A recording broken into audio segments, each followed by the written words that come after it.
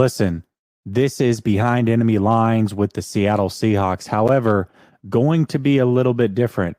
This show was recorded on a Seahawk channel just a day ago, and I've cut it up a little bit. It was actually a 3-hour show. I turned it into a 2-hour show just because there was a lot of questions early on that pertain to the 49ers, things that you know the answers to.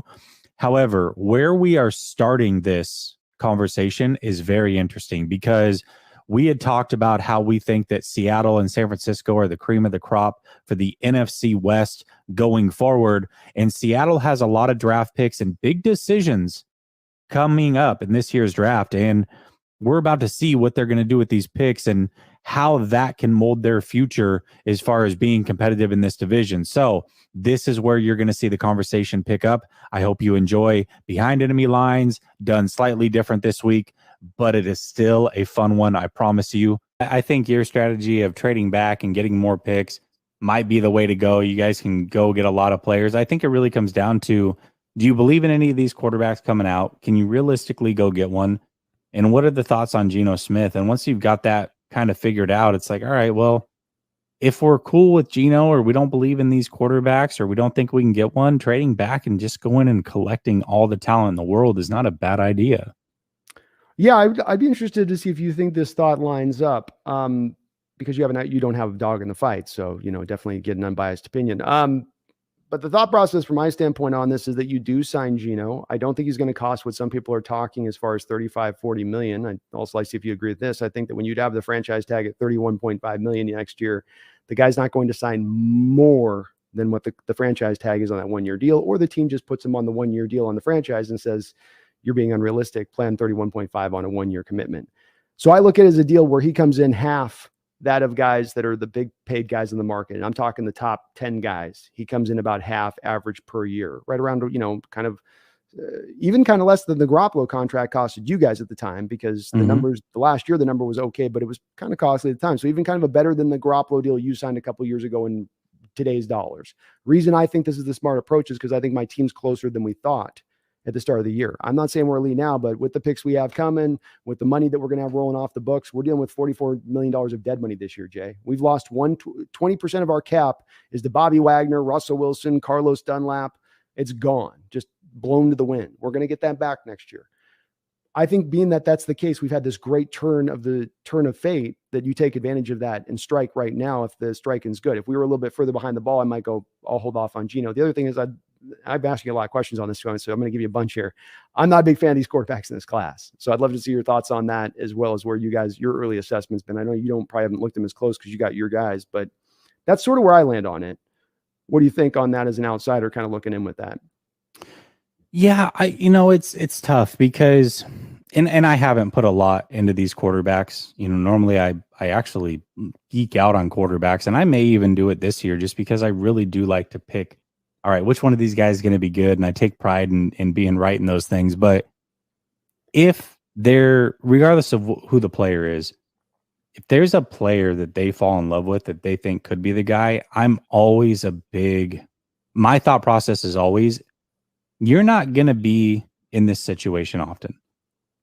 It's the same thing that I thought with the Giants when they had Eli Manning and he was going to those final years. I think it was the Baker Mayfield, Josh Allen, Rosen, Darnold draft, Lamar. Obviously, only a couple of those guys panned out, and it's always a crapshoot. But I feel like if you're in a situation where you have the picks to go make a move and you think that franchise guy is there, that you always pull the trigger because you don't know when you're going to be there again. Geno's fine, but Geno's like a Goff or a Jimmy G, maybe slightly better, but same type of player where it's like, okay, I can win with this guy, but can I win with this guy is the question. And if the answer is most likely no, keep him around. Let him bridge to the next guy. Go get your guy, spend the 40 million plus that you're going to have in free agency or that you're going to get back. You're still going to have other future good picks that you can make things shake with. I don't know, man. I feel like if you can go get the guy that you think is the quarterback for the future, you absolutely do that. But if you don't think that guy's here or you don't think that you can get him, then 100% trade back, get more assets. And maybe you can make things shake next year and try it again then. But man, if that guy's out there and you believe that you found your one, I don't think you ever pass on a franchise quarterback or a guy that you think can be the franchise. Well, and you mentioned guys like Goff or Garoppolo and being even a minor upgrade. I would argue that he's a major upgrade over both of those two guys. I think Goff's a little guy that gets knocked a bit too much. He's actually a fine, and maybe that's a little closer in the mark, but definitely over Garoppolo. Let me clear things up. Yeah. Maybe I shouldn't have thrown Garoppolo in there because I think Goff does get slighted. I think he's done some good things. Oh, yeah. This is a guy who made a Pro Bowl. This is a guy who went head to head with Patrick Mahomes in a game. I mean, he can make all the throws. He's a little bit goofy and whatever, but Goff gets a bad rap. I think he's pretty decent. So let's take Garoppolo out of there because I think that might make you change your mind. And I guess it's part of it too is a little bit of I think the Geno Smith season he's having is a little underappreciated from a national perspective. And the reason I say that is if you take any statistical category that you want to utilize for the quarterback position, he is top 5 in every single one, Jay. From passing yards, quarterback rating, QBR, average per attempt. If you want to grab CPOE as one of your advanced analytical stats, top 5 in that as well. There's no marker by which that you can measure the quarterback position. He's not top 5 this season. Does that mean he's top 5 going into the future?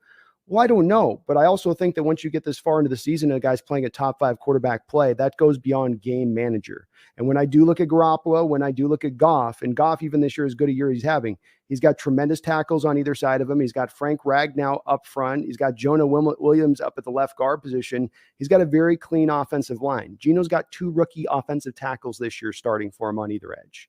2. Which has never happened in modern NFL history, by the way. And he's putting up a top 5 season. He's not had a consistent running game throughout the course of this year. So you can't say, well, it's because he had a dominant running game. Walker's put up stats, but it's been on the back of like 4 or 5 really big runs that have kind of juiced those stats up. If you go play in and play out, we cannot create any holes in the running game. So when I look at the season he's having, man, and I go top 5 quarterback season, 2 rookie tackles, bad interior offensive line as far as really any kind of talent goes. He has some stuff to work with as far as DK and Tyler, don't get me wrong, good tight ends, but no running game. That's, to me, pushes this beyond just a guy that's in that kind of game manager or a very good game manager, a guy you go, well, no, he's like a top 15 guy. He's top 5 season. I don't think you get here by luck or happenstance.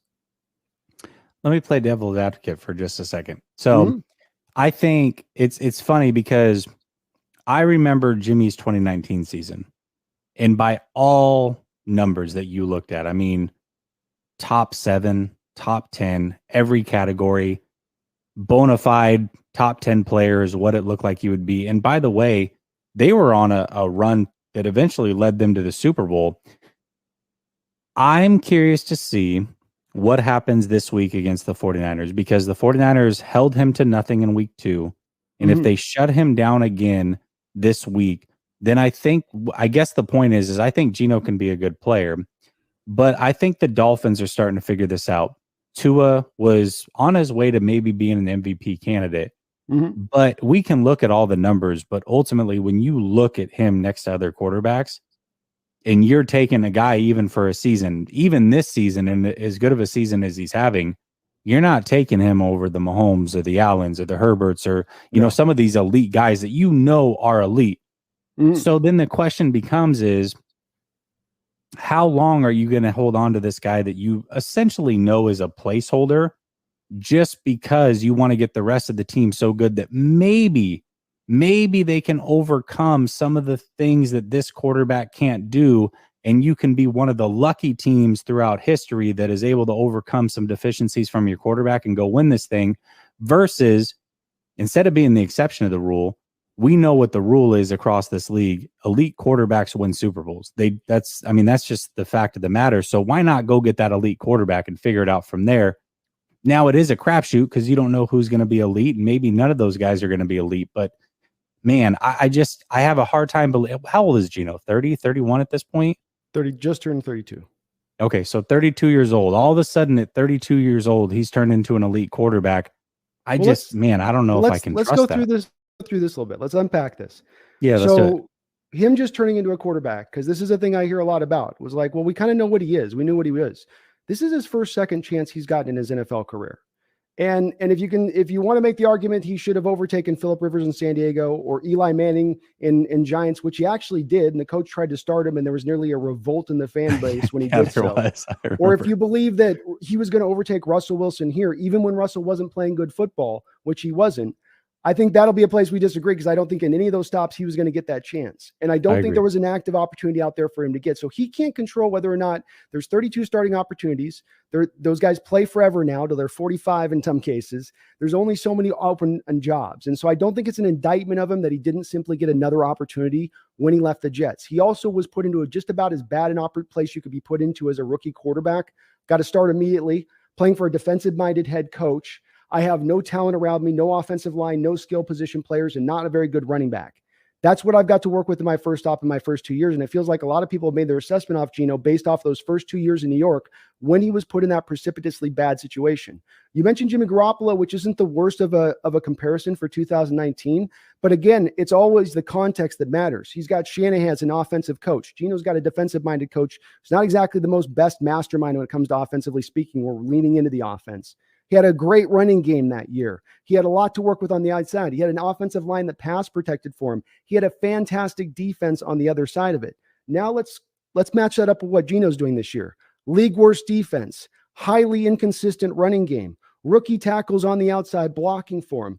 Not put in a position to succeed like Garoppolo was put into a position to succeed that year. As well as if you just take the eye test and the throws they make. You talked about it with Garoppolo. 10 yards this way, 10 yards that way. And that matches up to the eye test of what you see on that guy on the football field. He does not push the ball outside the numbers. I can show you throw after throw after throw this year of Geno pushing the ball up the football field, of trying to do more than just dink and dunk all over. And that's one reason I mentioned, for instance, the average yard per attempt stat. You mentioned Jimmy Garoppolo. I'll guarantee that 2019 season, he's not top 5 in average per attempt. No way, no how.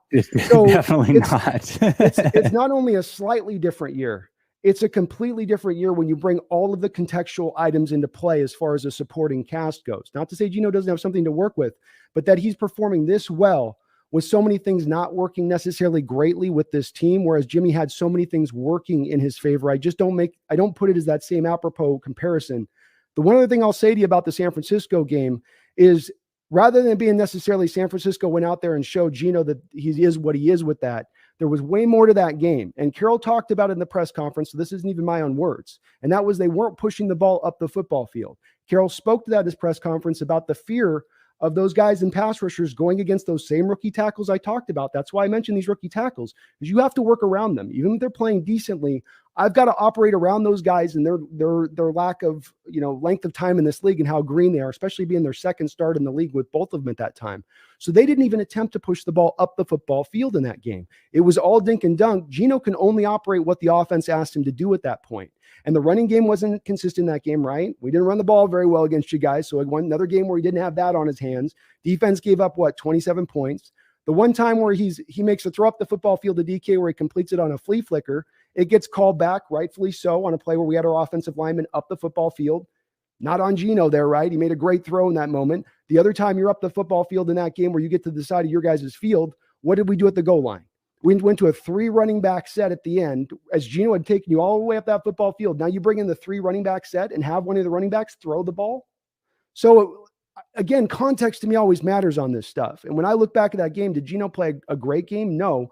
But was Geno the reason you lost, or did Geno hold you back, or did Geno show his true colors of being a middle of the road /20-ish quarterback? No. And I guess what I'm making as an argument to you, Jay, is give another consideration to this guy being more than I think the box some people have kind of put him into and where they put him at. And I think that's totally fair. I think, and this is why I wanted to make more the comparison with Goff. I brought up Jimmy just because a lot of people really fell for Jimmy. Yeah. Like all of a sudden that he was this player that I just never understood it. But I just think he's probably more Goff. And so the other side of my channel is this.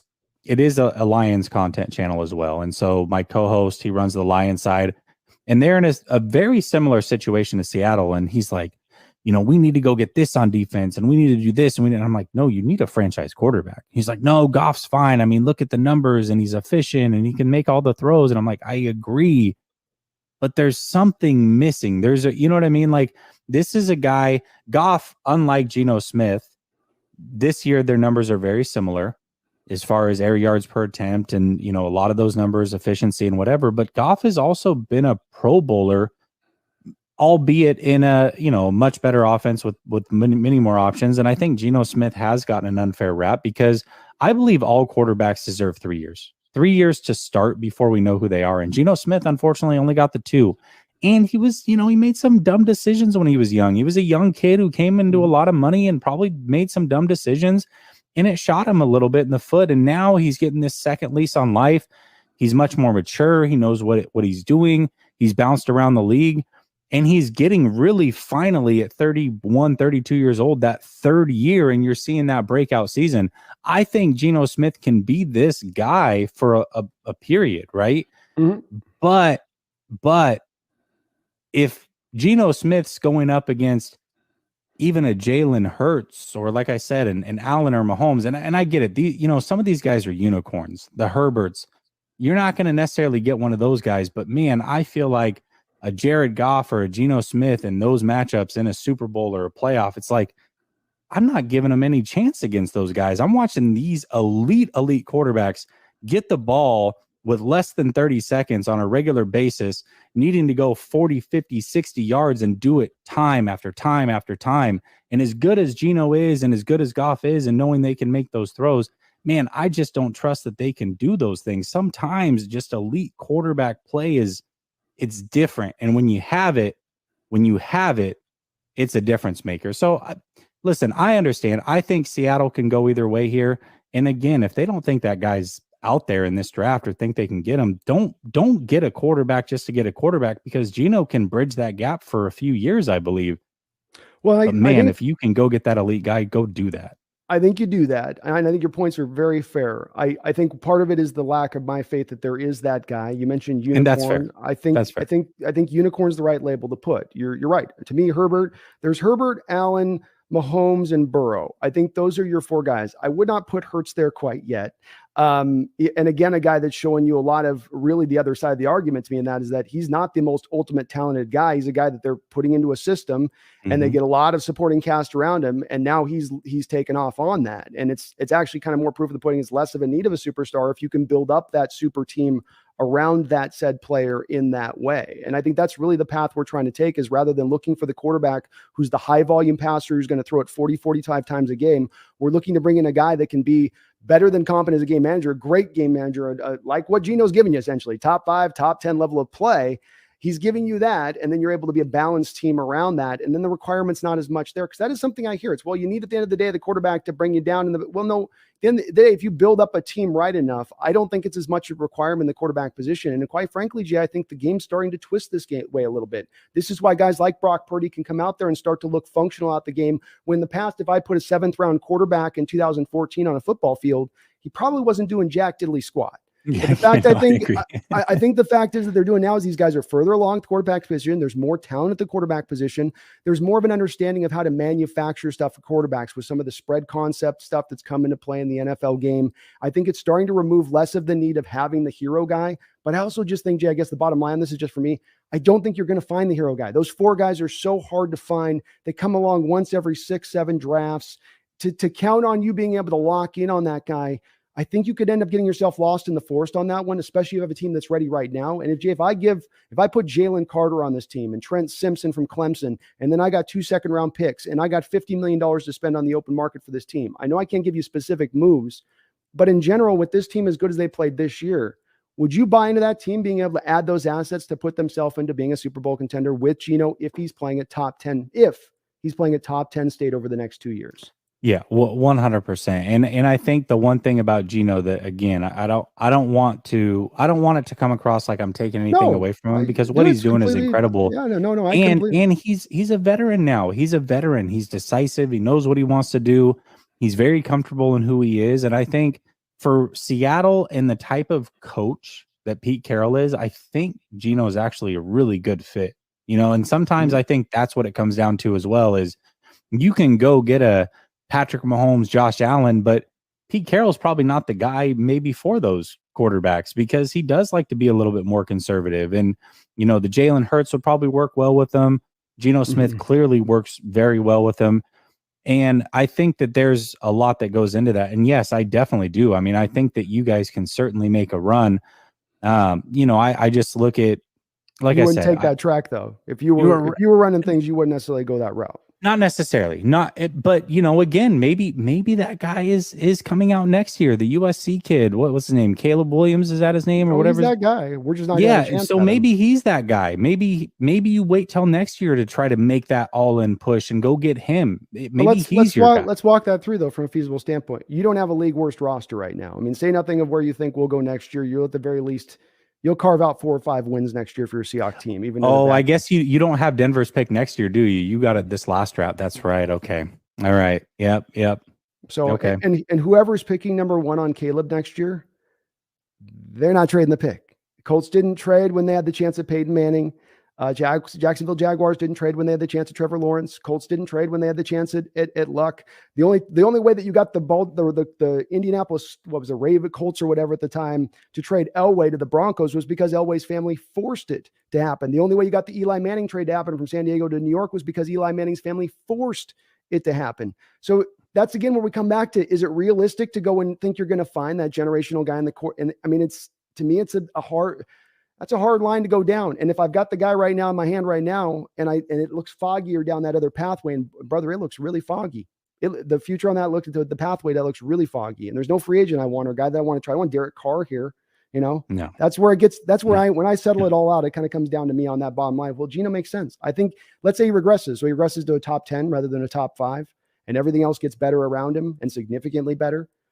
I think that team can, I'm not saying it's going to be for sure a Super Bowl contender, but I can see the pathway to getting to being an elite Super Bowl contending like team at that point, especially if they do the go for it moves you're seeing like from your team, adding on top and sacrifice a little for the future on top of what you've added in addition, Yeah, and maybe you can take the blueprint of the 49ers where, okay, we got our Jimmy Garoppolo, better player, right? But we got our Jimmy Garoppolo good enough to where we can win with them if the team is so good around him. And then if we try it for a couple of years and we're not able to break all the way through, well, then we make that rare all-in move and try to go get a guy. In our situation, it was Trey Lance. We'll see if it works out long-term or not. Maybe it does, maybe it doesn't, but you got to applaud him for trying. And maybe that's something that Seattle can do as well. Yeah, again, I'm not going to get a quarterback just to get a quarterback. It's got to make complete sense. And there's some good quarterbacks coming out this year. Some people are sold on some of them. It doesn't sound like you are. And well, I'm not going to begrudge them either way. It's like the bottom line. The two best ones you have, like CJ Stroud and Anthony Richardson from a talent standpoint, are Trey Lance 2.0. And that, like we talked about with Lance, and you're fighting against this with your fan base on trying to caution patience with them a little bit. Like, both of us are pro Lance guys in that respect. Give it some time. He came in so young. He came in so green. Didn't play the whole year prior to college. That's the same thing you're going to have to apply with CJ Stroud and Anthony Richardson. And so the best two quarterbacks in this draft, who I'm not certain are in that same level of these guys we're talking about, they're the tried and true Caleb Williams types, I'm also going to have to wait a couple of years to get my returns on for them. And if I've got a team that's ready right now, does that make sense to do the wait for the 2 years thing for that? And that's the same debate you guys had with the whole Mac Jones and the Trey. That was going on with you guys. We're kind of running back down the same road. And I'm not so sure that I want to. The roster could be in a very different state 2 years from now. I might suddenly have to start now paying my 2 tackles right now. And Tariq Woolen's going to want $30 million a year at that point. And now I'm not in the benefit zone that I'm in right now to really take advantage of some of that time period. Because that's some of this too, Jesse, is the fact the young guys that have dealt right now are on cheap deals for the next couple of years. And if you strike right now, you're going to be able to go cheap at those places to bump up other places kind of artificially if you have to augment. And again, something that can kind of press you a little faster forward to getting to that promised land. Yeah, definitely. And God, there's just so many different ways to skin a cat. It really comes down to it. It's tough, because the 49ers, this is the biggest problem with the Trey Lance pick is the timelines were so far off. I mean, you're talking about a team that was already in a Super Bowl and then in his rookie year made an NFC championship without him playing. Can they really afford to be patient? I mean, this window only stays open for so long. And I think Seattle is getting close to where they could open up that window. And it's like, man, this is really probably the last year where you can go get a young player and have enough patience to where you can develop them truly and see what they can turn into. Or you ride with Geno Smith, you get too good to where, a young guy never makes sense. And then if Geno's not good enough, then you're kind of stuck where the 49ers are at, where it's like, yeah, we're always going to be there, but man, we're just that short, and that short is the quarterback position. It's, I don't want you guys to win another Super Bowl, so I don't care. If that's what happens, then fantastic. But man, it's tough. It's tough when you're this high up, and again, if you're not a CJ Stroud, Bryce Young, I don't think Will Levis is the answer by any means. I haven't put a lot into these quarterbacks, but Will Levis is a guy that doesn't impress me personally yet. So I get it. I totally understand. See, Levis, I don't know, man. It's a rough situation. What does the fan base think? If we were to poll the chat, what do you think they would say? I think the majority would be to re-signing Geno Smith. Okay. I don't know that it'd be a vast majority, like you're talking some 89%, while there'd be probably a good like 30-40% that would say draft a guy instead. Don't, go a different track. I guess it's part of why you see me get so spirited about maybe seeming like I'm backing up Geno, is because I just feel like it's like, the movie Zoolander's. Like, I feel like I'm taking crazy pills.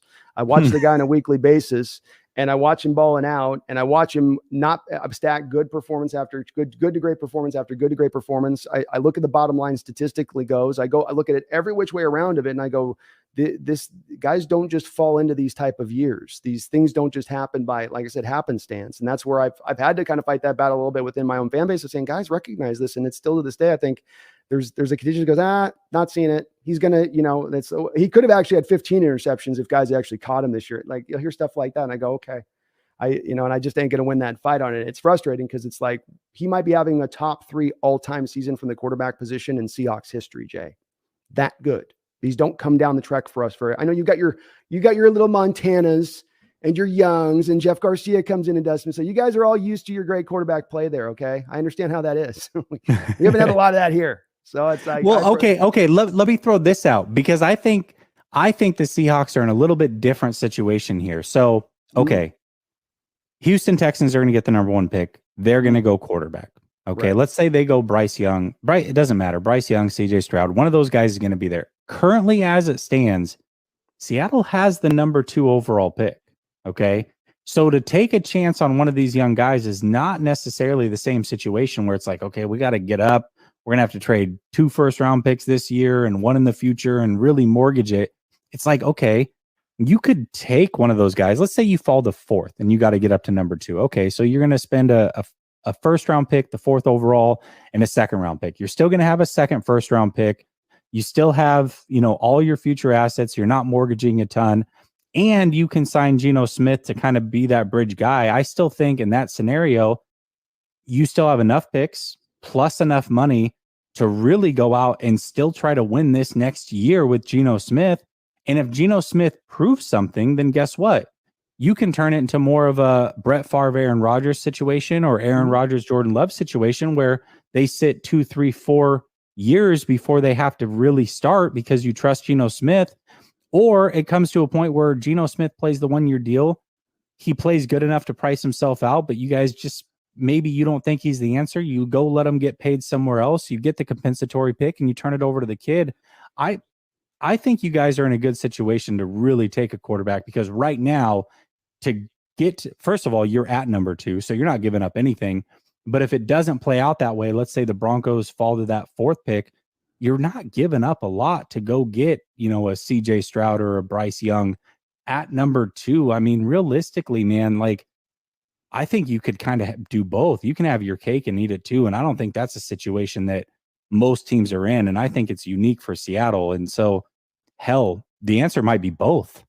I'm not going to complain about any way we go with it. I mean, I have a way I prefer, but if you stay and you pick it 2 and you end up with Stroud, I'll be fine with that. I would not like Bryce Young. I don't think that's going to, his body's going to hold up at the NFL level at all. And I think these smaller quarterbacks are getting to be a little bit too prevalent in the NFL, with as much as they do tend to break down. And I think Bryce is going to go number 1 personally, but I'm hoping so. That'd be beautiful for us. Yeah. So, yeah. But if we end up taking a Stroud, or we run I'm actually, I think, a lot higher on Levis than you are, and you're not alone on that. There's a lot of people anti-Levis for understandable reasons. I've called the kid like Maverick, man. He's always buzzing towers. But the kid also has the least amount to work with of any of these quarterbacks we're talking about at the top of this draft by a wide margin, while he still plays in one of the toughest conferences in all of college football. And you got to really build into account for me, because you take a guy like CJ Stroud, plays so well when everything's clean, makes all the wow throws, but when it comes to off script or dealing with pressure, not so good. I would offer the same thing with a guy like Bryce Young and watching his tape. And at the NFL level, as you know, you got to play a lot of off script. You got to play a lot of that. And that's my bold prediction to you. You want a good bold prediction right now before any of these draft analysts have come, is Will Levis is going to end up a top 5 pick in this draft. Yeah. I hope and by the way, I'm so sure of this. I'm so sure of this as an evaluation and where I stand at. Like, NFL evaluators are going to give this kid the credit that I don't see any of the fans giving him, in the respect of understanding my line is piss poor. I lost Wan'Dale Robinson last year of the draft. I'm throwing to freshman wide receivers. My defense is putrid. He's getting hit on almost every drop back. Almost every drop back come back, he's getting smacked in the face. So the kid's awesome talent. I would not, another guy, I'm not going to, there'll be a lot of people upset, I'm sure, in my own fandom if we took Levis, because they would be saying a lot of what you're saying. Like, you're not alone. Like, a lot of people don't like him. But I think that and not to mention, he's been running the Rams playbook, by the way. He's running an NFL offense there at Kentucky too. It's not a spread formation, literally running the Rams playbook offense. So he will be pro ready. That guy will hit the ground running. You want to talk about who's going to be the best quarterback? I'm just giving you some inside nugget on this, but he's going to be the best of this bunch. The other guys have top end, Richardson and Stroud. 2 years from now, are they going to get there? Are they not? I don't know. 24-year-old Levis is going to start day one in the NFL. And if he goes to the right situation where he's not getting beat to hell on every drop back, watch that kid ball out, man. He definitely has some qualities. I'm not saying he's, and again, to be fair, I don't want to plant my flag in anything, because I haven't put a lot into any of them. Yeah. And I am one of those guys that really gives some of these smaller known guys a lot of credit.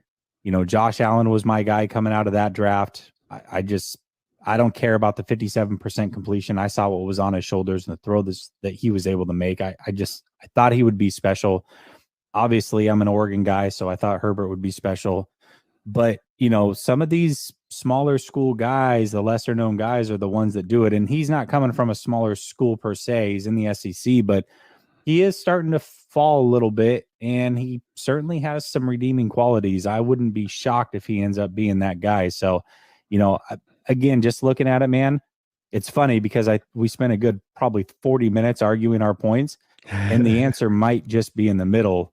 The answer might be do both.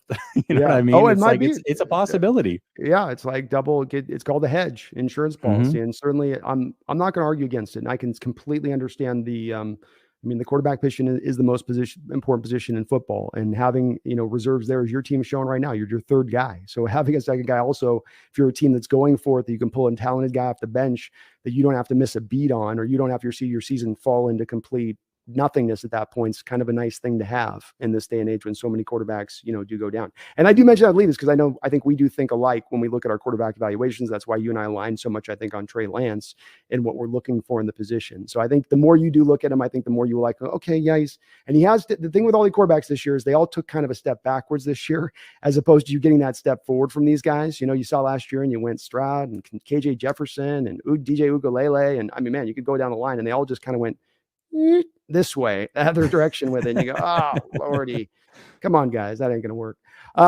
Megan with another $5 donation. Thank you, Megan. Says, Jessie, I live in Australia, and the only game we got when I was a kid was the Super Bowl, and Joe was kind of cute, laughing out loud. Sorry, not sorry, B. This was going back to earlier saying that she was a 49er fan for a little bit. So I totally understandable. Again, if that's the only team that you get to see, it makes sense that you root for them. Montana, I know he was a married man back in the day, but I'm guessing that he probably would have done quite well in the San Francisco area. Yeah, he wasn't a bad-looking guy. Yeah, I'm sure he. He was no Jimmy Garoppolo, but come on. What was that thing I saw? Jimmy, like all the cheerleaders going to him at the basketball game and stuff. Hi Jimmy, like, oh Lord, that guy's living the life, man. I'll tell you what, he's living the life. Thank you, though, Megan, for the dono. Mumbles with a $2 donation says, Brandon, don't scare me with the surprise 49er fan. Hey, I warned you guys. I had it on the marker a day in advance, so you guys know what's up. Thank you, though, man. Primo, thank you for becoming a member of the Hawks Nest. Welcome aboard. Thank you for joining, man. You're awesome for doing so. I appreciate you. I know I kept here for a bit of time here. Let me catch up on my stuff here. I get behind on my donos sometimes. No, I'm the same way, dude. You gotta, once you get behind, you just gotta run through them. So do your thing. Randall McDaniel with a $5 donation. Thank you, Randall. Says we all know this type of game. Hawks wins. We all know this. Oh, sorry, let me read it. We all know this type of game. Hawks win. Seahawks 27-17. Go Hawks. Boy, Randall coming in confident. Man, okay, I like it. I like the confidence. I do too, Randall. I would love to say that. I do come into this in, you guys easily able to run us 3 touchdowns off the board. But like you said, the point, there's that equalizer being within the division, and it's a Thursday night and it's on the road, and the road teams tend to pay more the price than the home teams do on Thursday night. I mean, like, just there's so many things. Seattle is just, it's a house of horrors, man. It's been a house of horrors for the 49ers. Yeah, it really has been. That is not a place that the 49ers fare well. It's just not. It's true. It's true. It's been a bad spot. A lot of bad recent memories in there. So it could end up just becoming kind of one of those dogfight, slugfest kind of, type of games. If it does turn into that, if we do keep this close, though, I do see it being one where just the points in general are all down. Like we've kept you guys keep us, we keep you. It's like a 17-14-ish. If we have a pathway to victory, that's kind of the other way I see it. If it's getting into 3 scores, 4 scores, I think that's the Niners at that point, probably. Well, listen, it's these division games that always happen. It's, the Jets sneaking up and beating the Dolphins, or the Washington Commanders sneaking up and beating Philly. It's like all of a sudden you've got this hot team in Philly that everybody's bought into.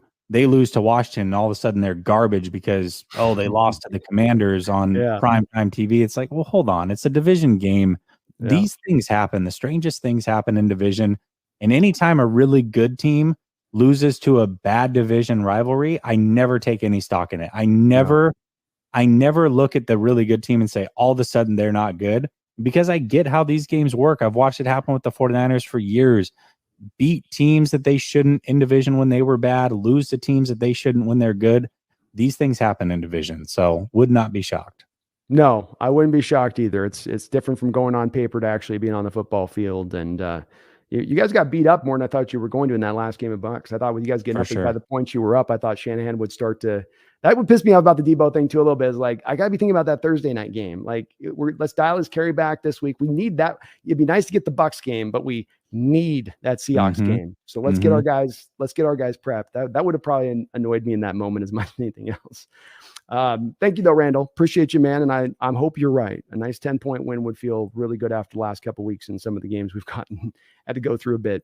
Kevin Mullen with a $5 don't know says, if you can take a player from an opposing team, who would you take and who would you give up in equal caliber value? Ooh, boy, that's an interesting question. This is a hell of a question. This is deep, man. This needs to be in a college class. Game theory, Jay, game theory. Okay, so you got to go first on this as I think about mine. Man, and give up an equal player, that's tough. That's tough. Okay. Jeez. All right. I don't know if I would necessarily make this trade, but the one thing I have said since the 49ers traded for Christian McCaffrey is I think Debo becomes a little bit more expendable. I do. I think when I look at the 49ers, I think they would be at their optimal performance with somebody that's different or somebody that's similar to Ayuk. So either a big body receiver like a DK Metcalf that can just go up and get the ball and take the top off, I think would be helpful, or a guy like Ayuk who can just be a route runner and shake you out of your boots. Because Christian McCaffrey and Debo overlap so much that, why not go get another pure receiver? And a trade that I've talked about is sending Debo to the Jets for Elijah Moore and a first-round pick. That's a trade I would love to make if they would be open to it. But you just signed him to a contract extension, isn't the? And I looked at the money. They would have to be, if they did it post-June, the dead money would not. I think it's only like $6 million. It's not a ton. Okay. That's not so bad. They could make it happen. So in this scenario, as I look at Seattle, there's just not a lot that I would, trade for. DK is one of those guys that I would. I'm not a big DK fan. just because he reminds me of those traditional receivers, me guys. And I got to be honest, I was a little surprised at the way he handled himself in the offseason in a good way. You know, the way that he shows on field, I really thought that he would kind of show to be the diva when it came down to contract negotiations, and he did none of that. It was Deebo Samuel actually that kind of went that route. And I understand it. These guys only have one chance to get paid sometimes, but that did shock me a little bit. But if I had to make a trade with the other team, I'll preface it this way. I have to make the trade. I can't just skirt around and say nobody. It would be the Deebo for DK, because DK on this team, you get somebody that is that big of a body. He's different than everything else that we have on this team. And he can take the top off with Christian McCaffrey underneath, George Kittle underneath. You got the pure route runner and Brandon Ayuk. Man, how do you stop this offense? And especially if you got Trey Lance under center, who can maybe be the one guy that could outthrow DK. That's an offense that scares the hell out of everybody in the league. So yeah, that's the trade I would make if I had to make one. You'd also remove out the 8-man boxes a lot of times in the running game for the Niners with DK there, and that force, because they'd go to they'd run he gets as much double teams as anybody in the league, so you're going to roll that double team to him. Did you know last year he was doubled as much as Devontae Adams? That would not surprise me. In fact, I thought this offseason that was kind of like one of those things that I thought was going to happen, is that Green Bay was going to take those assets that they got for Devontae and try to flip them for DK. I thought it made a ton of sense for Green Bay. I mean, geez, but Seattle's smart to keep them. Isn't it? And they are. You watch the Green Bay situation, and you sometimes look at organizations and you shake their head about how they can be so smart in certain places, but so dumb in one other place. And this is a franchise that didn't ever, to me, felt like they gave Brett Favre enough from a receiver standpoint. They had a chance at Randy Moss at one point and said, "Nah, we're good," when he was with the Raiders. And now you have Aaron Rodgers. I know Devontae Adams had the choice to walk, so they were definitely offering him, but then to do nothing for the position and just decide, as they for years now, the point he's got to beg him for Randall Cobb last year. Such a strange thing there with Green Bay and the way they view the receiving core like that, isn't it? Yeah, it is. It's completely strange. And now I do think that they've got a player in Christian Watson, who I loved coming out of the draft, a big body guy who's fast, not a DK type, but some similar things that they got going on. I think he could be a good future guy, but Aaron Rodgers needs a guy now, and DK would have been that guy. That's my assessment too with Watson. I liked him, but there was going to be a lot of rough edges you had to hewn around. And with Rodgers, you needed a guy that was ready to go now, not one of those, a couple years now, what a player he'll be. Like with Adams, Devontae Adams took a little bit of time to come around, or Jordan Nelson. That's their approach. But that's the thing, we've got our approach. This is how we do what we do. Yeah, but it's not bringing you guys the returns back that you want it brought back. It's leaving you to be just this little bit short. It's, again, you got to change when something ain't working for so long period of time. And I can track back to the Favre days of them just not doing enough there at that receiver position, not making the right choices there, which I think holds them back. If I got a star talent like that, give when you have 30 years of elite quarterback play and you come away with 2 Super Bowls, you didn't do it right. I'm sorry. Two quarterbacks that, if you're talking about the top 8 quarterbacks in the NFL over the last 30-year period, those 2 guys make that list. And you're absolutely right. That's unacceptable if you've got that level of quarterback play.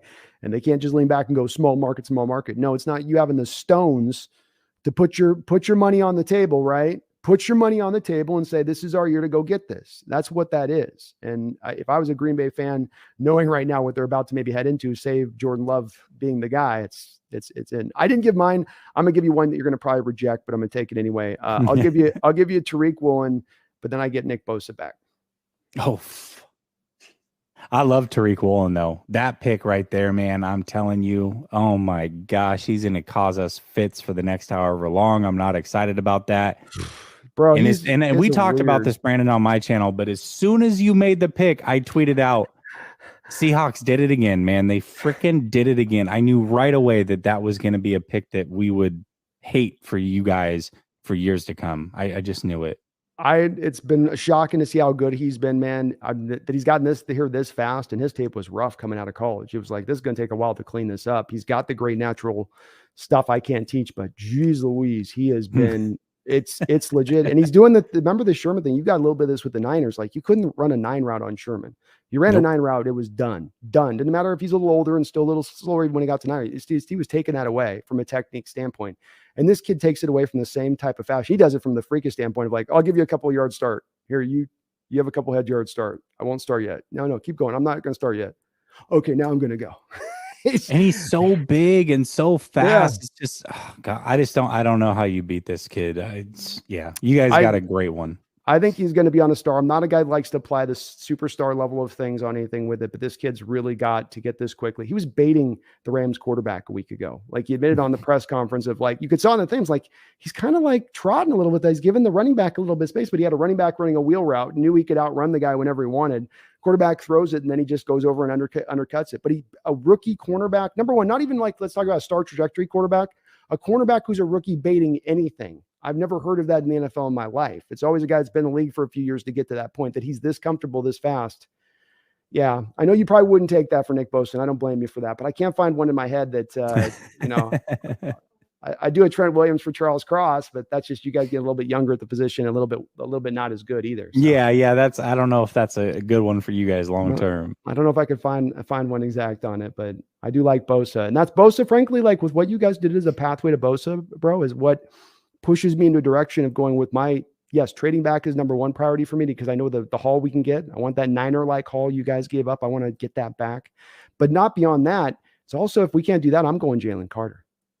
Because I'm looking to replicate a little bit of what you guys did as the bedrock of your creation of your defense. You had other parts there, DeForest Buckner, Eric Armstead. Yes, there was a lot of good stuff already there, but then you add this freak show coming off the edge is that final piece to it's like the dude's rug, man. It brings the room together. You know what I mean? Yeah, it definitely. Yeah, I get it. I totally understand it. And when you've got elite players that are pass rushers or tackles in this game, it's hard to pass on those guys, especially because those guys you miss on a heck of a lot less than you do a quarterback that high. The great point, man. I think it's a lot easier. And I think it's become, the NFL to my eyes has become better in targeting, especially what I call the tier 1 group of the draft, because fans think of tier 1 as being 32 players in the first round. In actuality, it's like 14 to 15 guys that are truly star level, Pro Bowl level, all pro potential players. But the NFL, I think, though quarterback is still that one that's the 30% hit rate and it slides all over the place. The other positions, it feels like in targeting the truly elite talent of the draft, the NFL is getting better about that. Would you agree in that tier 1 phase of things? Oh yeah, definitely. And quarterback is such a crapshoot. I mean, even a couple of years ago when Lance came out, there was Zach Wilson, there was Fields, there was Lawrence, Lance, and Mac Jones. And I was running the numbers. I'm like, realistically, high end, 2 of these 5 are going to hit. That's high end. Likely only one of these 5 guys is going to hit. The other ones might be okay, but 2 of these guys are going to be out of the league in 5 years or career backups. And you just never know. Now, I think that's actually starting to play out a little bit. Yeah. I mean, Lawrence is starting to look like a guy. Fields might be a guy. Lance is still up in the air, but Zach Wilson and Mac Jones nothing to write home about. It plays out even when it's like a can't miss quarterback draft. You're always going to miss. Somebody's going to miss somewhere. You are. And that's exactly right. It is bearing out that way. We'll see on Fields. Chicago didn't set him up in the best territory to make an evaluation off him initially. But I do think that, where mine was at, I said Lawrence and Lance were my 1-2 in that draft coming out. And I still feel like I feel pretty damn good about that in my outlook of that. I think that's bearing out pretty closely to the mark of things. And you can also see why I was sitting getting ready to laugh my ass off if you guys took Mac Jones now. Can you see why I was can you see why I was celebrating Shanahan doing that stupidity at the time? Like why now I was like, please do it. Please give up 3 first-round picks for Mac Jones. Please, if there's a Lord, if there's a God above, if he really exists, he will speak into Shanahan's ear and say, take Jones. You want Mac? I was so confident going into that. I portrayed confidence going into it. They weren't going to go Mac. We did the draft live, and I'm telling you, when the pick was in and they walked up to the podium, I'm like, please, God, say Trey Lance or Justin Fields right now. If it is Mac Jones, I'm ending the stream. That's what's about to happen. Oh, I know the feeling, man. When you've got a train coming down the track for as far as your team goes, and you go, don't get hit by the train. It's coming. Don't. It's way out there. I can see the light on the front of it. Just get off the tracks And it was getting close. You're right. It got right up to the point. He really likes him. There's fierce debate going between the general manager and head coach right now regarding who they want. You're like, oh, please come on back. But you guys went with Lance, and I think that one did not make. Then that was the weird thing. That I got swayed to the other side because Lance was my number 2. So now I get swung to the other side of the pendulum. Like, hell. Well, that didn't work, didn't it? That just went to crap. Geez, that escalated quickly. I hope he does good, though, for you guys to validate some of us, because I think that the film and what we've watched on that kid, I watched the tape that you dropped, video you dropped a couple days ago regarding all the throws he's made that shows he can do the check down stuff. I can't believe that you have fans that are arguing he can't make check down throws. Dude, and it's funny because, within that video, I threw out where Purdy was at through his first 46 throws versus Lance. And so, of course, Purdy plays a good game, and everybody's like, give us the update. And I'm like, okay, it's not going to be as good as what you think, but here it is. And, of course, Lance is still holding his own in the throwing category. And then people are mad that I posted it. I'm like, well, you asked for it. So now you're mad that I posted it because it didn't bear out the way you thought it would? Like, what's happening? Yeah. Oh, the numbers actually validate my argument I've been making this whole time. You guys are right. You're short selling them, and give them a chance here. Stop looking through the lens of the snapping your fingers and look at where he's going to be going, and I think it's gonna be good for you. Just no power runs from Shanahan. You guys will be fine. Put that to bed. Put that to bed. Megan with the $2 donation. Thank you, Megan. Says no trading back. B, keep the second pick. She's big anti-trade, and she knows that's my number one want right now, because I'm just telling you, man, I know that haul's so tasty. It's such a tasty, tasty haul. So many picks you get back in return, and it's just to turn that down for me, Jay, is just too enticing. Especially like I said, like you got Young goes number 1. There's very well a team there that looks at Stroud and says that's the number 1 quarterback in the draft. Oh yeah. And then all it takes is the one team, just that one. And I still stay in tier 1. I go back to 8, 9.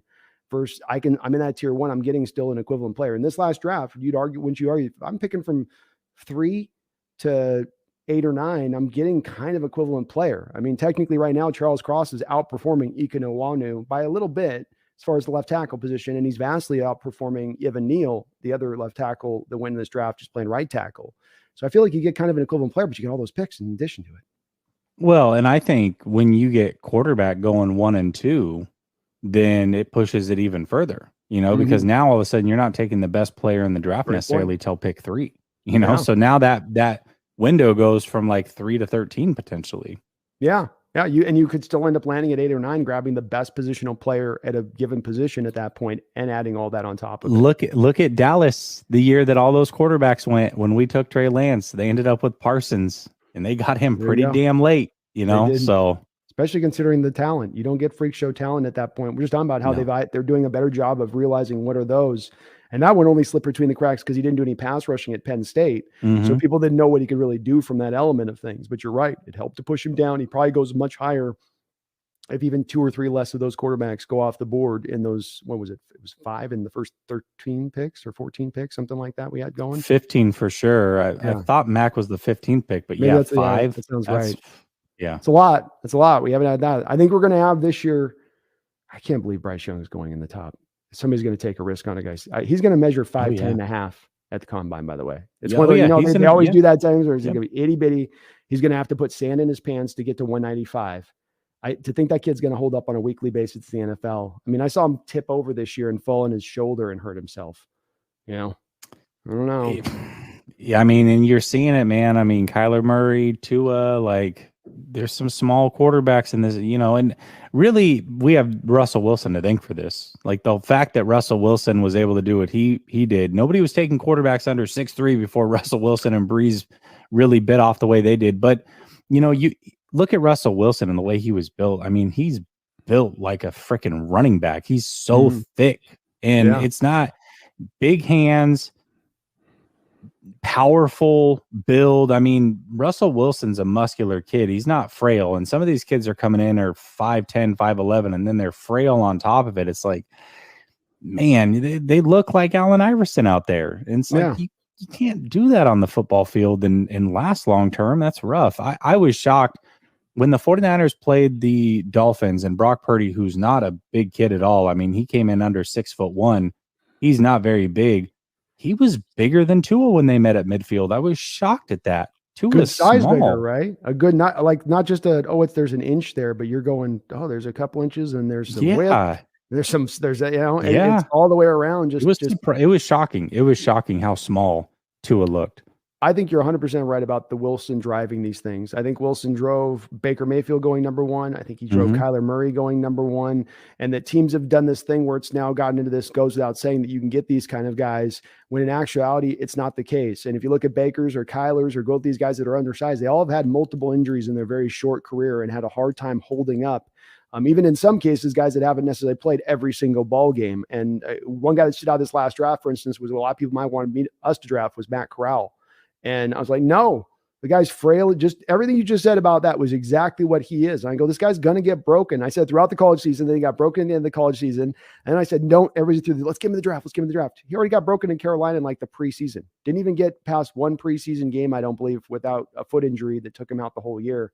I just think you need a guy that's got some, even those guys are going to get hurt, but at least they got more of an ability to kind of hold up. Like Herbert, he can sustain the chest injury early on this year and still go out there and keep banging on, cracking on, Yeah, and Hurts kind of fits into that mold as well. He's only 6'1", but he's got that Russell Wilson build. I mean, he's thick. He's this is not a small guy.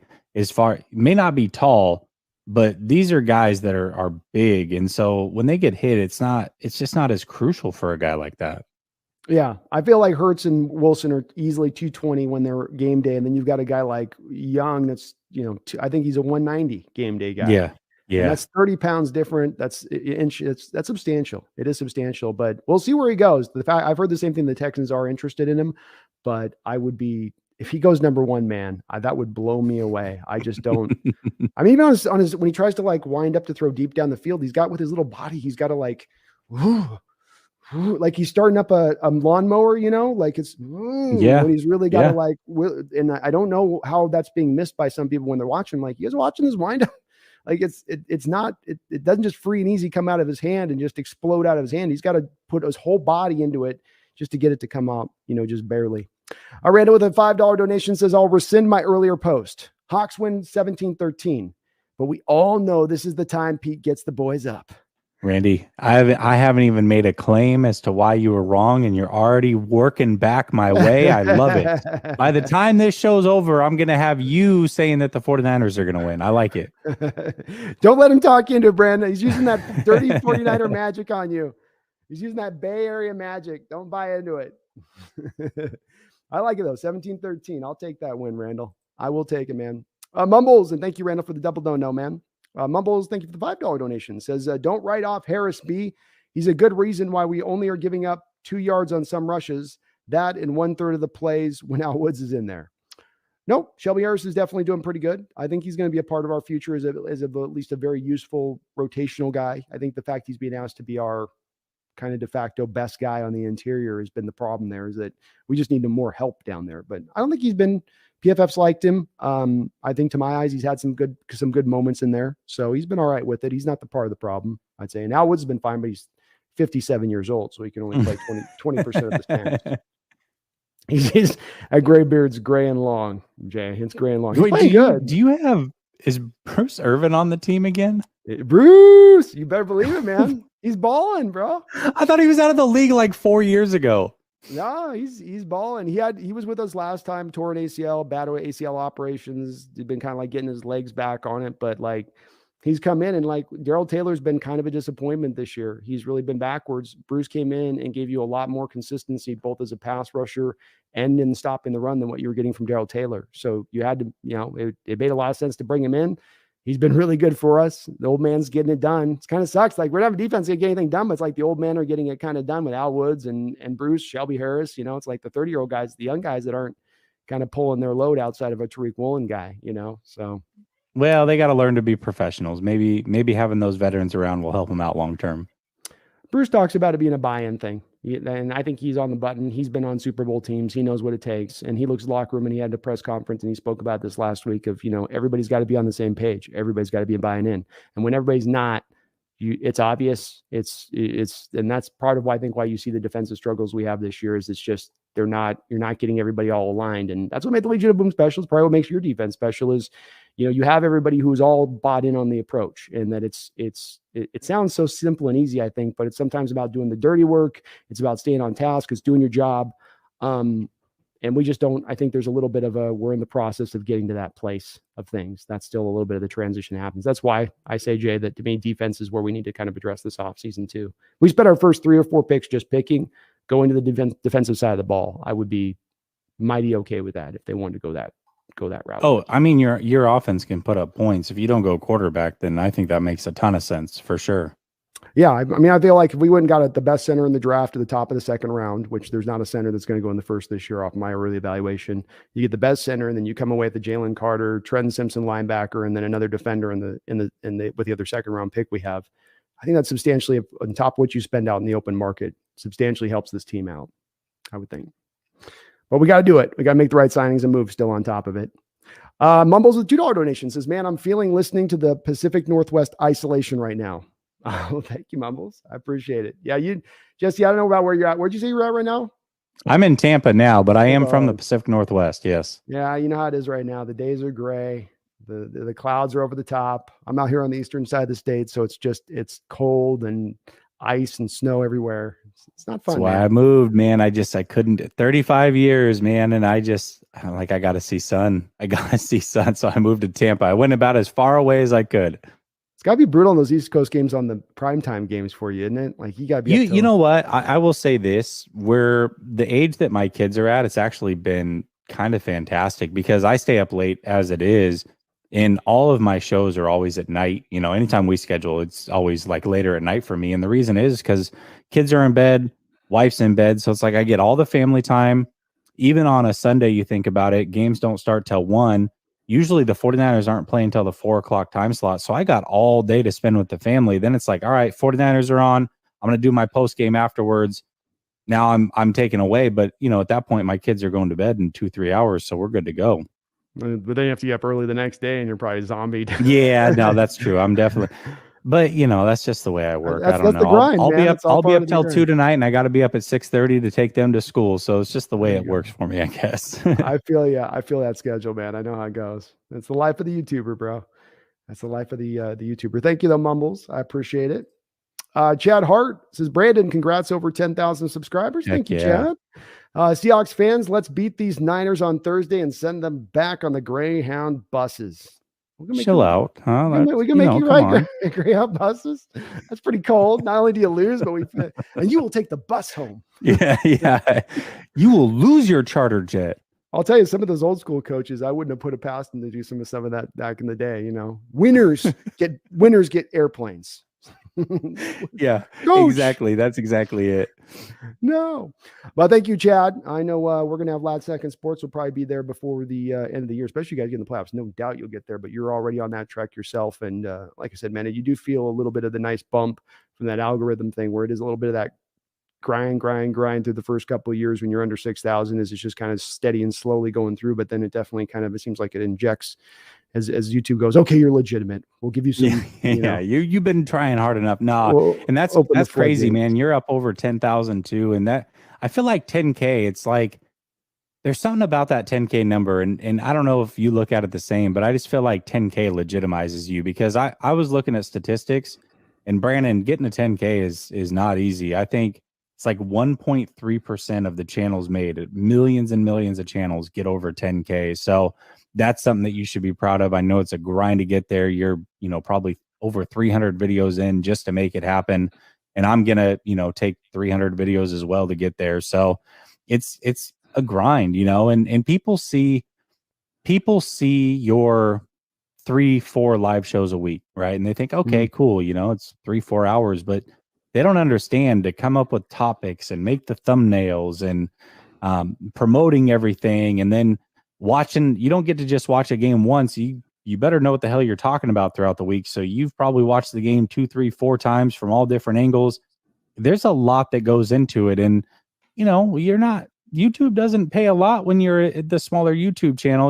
We still got full-time jobs and all these other things. My $1,000 on my YouTube channel is not cutting it for the fam. So, it's a lot of work for something that you love. And I think that's the ultimate thing is you get to show your passion, you get to show your love, and you're grinding through. And now all of a sudden, even if it's not a lot, to make money at something that you love and you have a passion for is the craziest, wildest, coolest ride that you could ever go through. I think you kind of, dude, you inspire me here, man. You put it, I think, in exactly the way that I put it. I couldn't put it any better, in that this is a thing that you do that you have a love for and you have a passion for, and you hope it goes somewhere. But it's the love that gets you through, I think, the grind with it. Because for me, the grind's been tough, but it's also been so rewarding because it's been so much fun. Whereas more usually do a grind, it's like, it's a grind. I've got to earn every little inch of this. Whereas this, at every turn, it has been so fun, but it is cracked open for me in that way. This year, I'm a contractor. I'm able to dial less of that work back, get more into this. The door starts to open a little bit wider to this becoming the full-time, job. Though, like you say, it's for a very long period of time. This is a thing that requires 50, 60 hours a week put into it, as it's been, which I'm happy to put in. I love doing it. And if I didn't love it, I wouldn't put those hours in. I wouldn't be like, well, eventually I'll get to 20K and I'll do it full time. And then it'll be just put your hands behind your head and it's all backfloat city. But it's fun doing this, man. And like you said, whenever else in your life do you get to do your passion, something you love to do, and be able to make it your livelihood in this day and age, especially where everybody's strapped to a desk or strapped to a job that they hate. And this is not that. This is so exciting, especially for the conversation we have. We can go different directions, and there's so much.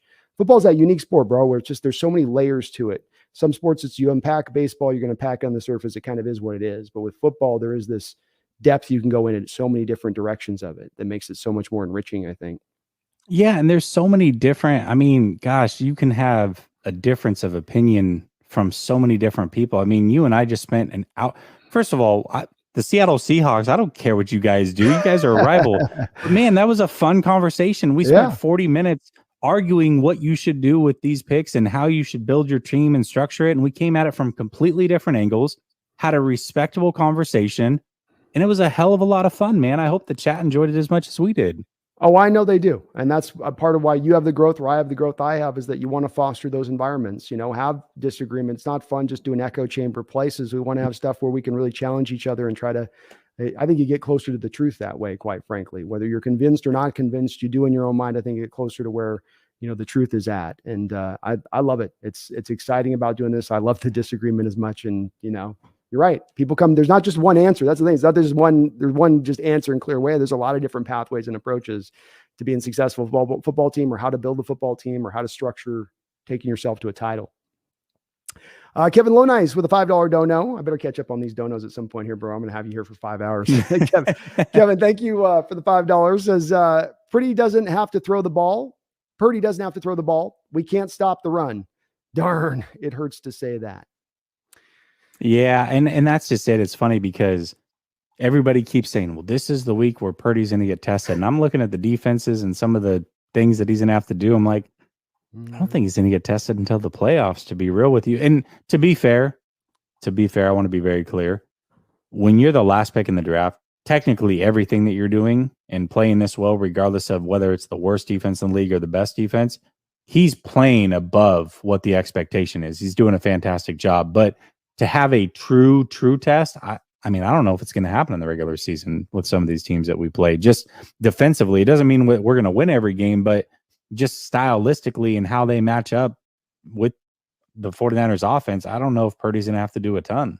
Well, especially because I think some of their success you're having, especially recently in the running game, has to do with those defense. Why we're struggling with, defenses are wearing down now at this point in the year. It's a 17-game season now. That extra one's on there. Those teams that are going to grind a little bit. Oh, we got to play San Francisco this week. I got Trent Williams pulling back 15 times across the formation to hit me. Like, when's Cabo? So I think that's definitely going to be in your favor. I think you have one of the weaker schedules remaining as well, as far as that setting up in your favor. So, but I agree with Kevin. This could be like your Garoppolo playoff experiences or the Super Bowl where he throws 9 times in this game. I mean, if I'm Shanahan, why wouldn't I do that? All I got to do is get to 30. Like the magical number in this game for me, if I'm Shanahan, is like 33 rushing attempts. If I get to 33 rushing attempts, I'm winning this game. I really would probably feel like that if I'm Shanahan. The only pathway for us is if something wonky happens, we get a special teams turnover, a fumble here, fumble there. Week 2. That's how you got your touchdown. That's what I'm saying. That's what I'm saying. It's going to have to be kind of that route with it too. So it's going to take a little trickery here to kind of pull it on our end of it, but I don't think Purdy's going to have to do a whole lot in this game with how we're not stopping the run. I mean, it's just, there's that minimum of that 3 yards in a cloud of dust stuff that's there, which is of course the bedrock of the zone scheme that Shanahan's based this thing at the end of the day. Is that he wants to get more yards than that, but it will always get you those consistent 3 yards, which will then consistently put Purdy in situations of third and shorts, which we've of course had issues stopping third down this year because of that. So yeah, absolutely. It all kind of runs together. I agree with you, Kevin, though. Thank you for the $5 dono. Staniel, thank you for the $10 donation. Says, hey, I was talking to some people in Brendan Nelson's Discord, and a bunch of them seem to think Pete is the problem of this defense. Do you guys think that Pete Carroll is the problem? Why or why not? I'll let you begin to cover this one because I'd like to know where your perspective is on this one. Man, Pete Carroll is a guy that I admire from afar. I'll tell you that right now. I mean, what he's been able to do for this team long term at his age, and then to turn it over. And Pete Carroll, to me, he can do no wrong. So, I get it being within the thing. You can look at it and say, all right, Pete's the problem. And maybe he is. I don't know how much of a hand he has in things. He is a little bit old school.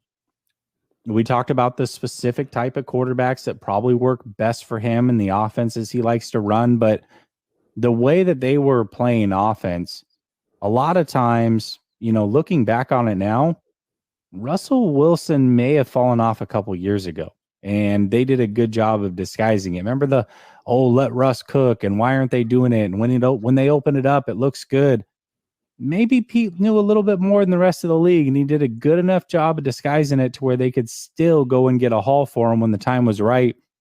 I think Pete Carroll's a smart guy. I think he knows what he's doing, and once he gets the horses that he actually needs to make this defense tick, I think that he's going to be able to adjust because, again, he may be an older coach, but man, he is not afraid to adjust with the times from what I've seen. I think it's well put on your part. It does bear to mind me a little bit of like what you talked about with Shanahan earlier. And this is probably a place that you can attest to. We have a hard time getting to in these kind of conversations, which is a point of nuance. And I think that I have equal admiration for Shanahan and what he's doing with the Niners. I love him as a coach. But you mentioned those things of like the running up the middle or working Deebo Samuel, where it's not perfect. There's a bit of nuance here where he kind of needs to fix this thing. This is kind of a bad thing here that needs to get corrected along the path. But it doesn't remove him from then still being an amazing coach or one of the better coaches in the league. But it can be something that can hold you back. And I don't know if you feel this way on some of these things that is his Achilles from necessarily getting to that Super Bowl if it's not corrected or fixed. Is that a fair assessment of your view on Shanahan with maybe the small things you might have as far as nitpicks go in your view with him as a coach? Yeah, 100%. And, it's happened repeatedly. We can move injuries aside. The 10-point lead is a real thing. I mean, he's blown 10-point leads in one Super Bowl as an offensive coordinator, another Super Bowl as a head coach, and then an NFC championship. I mean, at some point, like this is a normal thing, and he gets conservative, and he just there's things that he needs to fix. But there are a lot worse coaches out there than Kyle Shanahan, and so you're in a situation where it's like, well, you're not going to fire Shanahan. I mean, maybe you can trade him and do the John Gruden trick and get a bunch of picks for him, but then who's going to replace him? I just from a distance. Again, people look from the outside looking in, probably look at Shanahan and think he's flawless. I think when we're close to the situation, we can nitpick it just like you guys should do. I mean, you should challenge everything that happens in your organization. I think as a fan, that's one of the rights that you have is to challenge things that you're seeing. You're paying your hard-earned money. You're spending your time watching this team. You shouldn't just take everything for what it is because it's your favorite team. I think it's okay to challenge the status quo. But I'll tell you from the outside looking in, I mean, Pete's an incredible coach. So, you guys got a lucky there, I think. Well, I think, and it's part of what he brings to the table is sometimes outside of the X's and O's, which is hard to measure and gauge. And so people don't put as much value behind it. I do culture building, getting players motivated every week. I mean, we've been dominating the 10 a.m. start times for the last 5 years. And that used to be a time going back to the 80s with me where our East Coast guys go to the West Coast, it's 8 o'clock their time or 7 o'clock their time when they're playing an NFL game. They're not playing at peak performance. And so there's so many things he does and developing of young guys and stuff too on top of that you really like in his game. But there are some holes. Doesn't mean he's not necessarily the guy to be here long term. I do worry, though, that lack of defensive adjustment, for instance, could be the thing that ends up hindering him from taking a team back to being an elite. Do you feel like that thing with Shanahan and the conservative nature is something that he is going to correct, or is it something that just exists within him that you get part and parcel with Shanahan? I think it's something that he can correct. I think I think the quarterback plays into it pretty heavily. I do. I mean, listen, I've just never been a Jimmy Garoppolo guy, and I think Brock Purdy coming in and playing the way that he has and the trust that he's put into Brock Purdy immediately kind of shows you that Jimmy Garoppolo has been a myth this whole time. That's just me personally. Mm-hmm. And I think once he gets that quarterback, and that's why Trey Lance was brought in, because he can make all the throws and he can open up things running the ball and just be that player that you need him to be. I think once he gets that quarterback that he can just go all in with, you're going to start to see an offense that's wide open. You're going to see these. I mean, you've already seen it with Brock Purdy. You're not afraid to go for it all of a sudden on fourth down when you would have normally been conservative in these situations. He's coaching very, very free right now. And I think that's what an elite quarterback, if he can get that guy, will allow him to do long term. It's a great point. And I think you talked, if you wanted to distill this down into a comparison with these two coaches, it's kind of the same place that they both have to engage. And I think you touched on it, which is the aggressiveness. It's the playing to win rather than playing not to lose. Yeah. And I think that there's more of a reason for Shanahan to do it recently, as opposed to Carroll doing it, because at least you've had the great defense, you've had the running game. Those usually are things you can work off of to kind of play that way. To kind of, it's a tight game, but you can get your way through. With us, we don't have a good enough defense or running game to lean back in that way. But right with Pete, defensively speaking, I'm calling for more pressure. I'm calling for more of a willingness to take it to the offense and really try to bring this, as opposed to sitting on your heels all the time and trying to protect against the deep play and then get death by 1,000 pinpricks, essentially, is how your defense then gets killed from that. And so I hear the same thing a little bit from you with Shannon, which is a little bit, go for it, trust it, go, try to, if you're going to lose, go lose 100 miles an hour going forward, as opposed to just kind of slightly trying to ease back and prepare yourself for the hit a little bit. And it's kind of interesting to hear you, because I can kind of see even though they're completely different things and there's not really a strain between them, I see a little bit of a comparison there in that respect of things. And coaches are just risk averse, I guess, man. It's funny, and you're either that guy or you're not. You look at what Detroit's doing, and they go for it probably too much, right? Like there's the other side of things where, man, they're going for it on fourth down and 4 at their own 30. Campbell's like, hell yeah, I trust my team. Let's go. I picture him doing a shot and he's like, yeah, go for it. Yeah, bro, every call. It's the first quarter. Why are you doing this right now? And Shanahan, it's funny because outside looking in, you see a guy who dresses young and he's got the flat brim hats and the Yeezys and the cool guy. And you would think, okay, well, this guy's, he's a little bit risky. He's old school when it comes to decision making and maybe playing it a little too close to the vest. Like Shanahan is a very old soul when it comes to coaching, in my opinion. Yeah. I could totally see that with him. And it's probably, it does help him in certain ways, but it's that way of just occasionally you go, come on, go for it, Kyle. Go. Pedal down, put that pedal to the floor. Mumbles with a $10 donation. Thank you, Mumbles. Is Adams for Bosa? I don't think he's taking that one. Keep in mind, Jamal hasn't had a pass thrown at him since week 1. No completions. Adams and Tariq Islands. You can see why people are forced to keep pounding the rock versus our defense. Yeah, no, I totally get it, man. And Adams, I mean, the PFF grade has got to be incredible. Oh, it's insane this year for him. It's like he's like an 85. Oh, it's insane. That's why you give up 2 first-round picks in the 3rd right there, Jay. That's an elite comment right there. Oof, boy, it's been brutal on that. And boy, Jamal does look like that body's falling apart. And the irony is, Jay, that we have supposedly offered that extra first-round pick. Why? Because you damn Niners were interested in his services and we were coming over the top of you for it. Yeah, I know. And it's also why we had to throw in the extra pick to get CMC, is because the Rams were trying to get him too. I know. Yeah, exactly. Do you think you guys would have grabbed Baker, by the way, if he slipped past the Rams in the waiver wire? I think so. It's funny because they didn't put in a claim, and I think everybody reads into that is, they didn't want Baker. And I actually think that they were smart. You have a pulse of the league. I think they knew that they weren't going to have a chance at getting him. And so why put in a claim when you can not put in a claim and then show full confidence in Brock Purdy that he's your guy, whether that was the truth or not? Now, all of a sudden, you're giving this young kid even more confidence. So they knew they weren't going to get Baker. I think if they had a legit shot or thought they did, then definitely, not necessarily even as the starter, but man, it sure would be nice to have Baker Mayfield over Josh Johnson right now. I'll tell you that. 100%. And I think your point's absolutely apropos. And then they're on the waiver wire priority. They're at like 27th on that list. And they know there's going to be 26 teams ahead of us with higher priority that can grab them over it. So why do that? And yeah, it's makes complete sense why they didn't. But I do think he would have been probably over at least the Josh Johnson, especially this oblique situation going on with Purdy right now. You go, ooh, okay, well, hold on there. But thank you, Mumbles. I don't think we're going to talk him into Bosa for Adams. It was a tough sell with Tariq. I think I'm gonna have to throw quite a little bit more in to get Bosa. He values him. By the way, what's going on with him? How have you guys got away with not paying him yet? He's still in year 4, so he'll be in year 5 next year. That's when they're going to work through that contract. And the Bosas traditionally do this. A lot of people thought that they would work out a deal this offseason.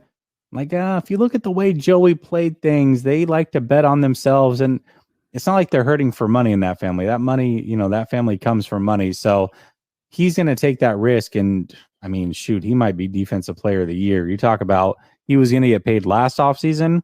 Well, he's really going to get paid this offseason. And it's interesting you guys bet on him like that, though, because it does go counter to, I know that you have the first round thing. I know the 5th-year option, but let's speak in real terms. If you have a guy who's 3 years in this league and he's outperformed his deal, he's coming to call in to get that contract extension, usually by that 4th year, and to get that commitment put in there. And the fact, good on Nick if he's voting on himself on this. I'll tell you what, though, boy, his brother set the market standard at $27.5 million, I believe, 2 to 3 years ago. We're going to be around 33 annually, I think. 33, maybe 35. Yeah. Quarterback money. So you'll have 35 going at that point when you sign Bosa. You got 35 to Bosa. You'll have 20 going to Debo. You got 17 to Kittle. You got 19 to Fred Warner. Jimmy Ward's Armstead's up there. Armstead's up there. Ward's at about 12. That's a lot of contracts on those books, bro. Yeah, that's why these rookie quarterbacks playing good is important. Come on, Brock. Yeah, exactly. With your 0.75% of the salary cap. Let's go. Oh, man.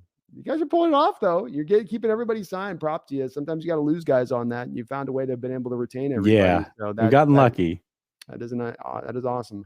Lester Cross, thank you for the $2 donation. Says, do you understand the concept of the tooth fairy?